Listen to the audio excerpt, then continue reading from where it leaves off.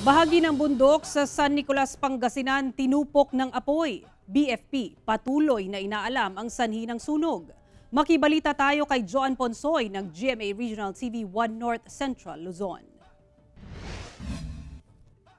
Kilalang Maliko bilang pokpasyalan sa San Nicolas, Pangasinan. Madalas itong dayuhin ng riders at bikers dahil sa mataas nitong terrain at magandang tanawin ng kalikasan. Pero kamakailan, nasunog ang bahagi ng bundok. Naging pahirapan daw ang pag-apula sa sunog. Yung sa may view deck point po, yun po yung nasunog. Hindi po nakarating yung fire truck natin doon sa area kasi nga doon po sa condition ng terrain. Mahihirapan po talagang makapanig yung fire truck natin. Pero still nagconduct pa rin po tayo ng firefighting. Gumamit po sila ng knapsack sprayer. Inaalam pa ang sanhi ng sunog. Posible raw na epekto ng mainit na panahon ng forest fire.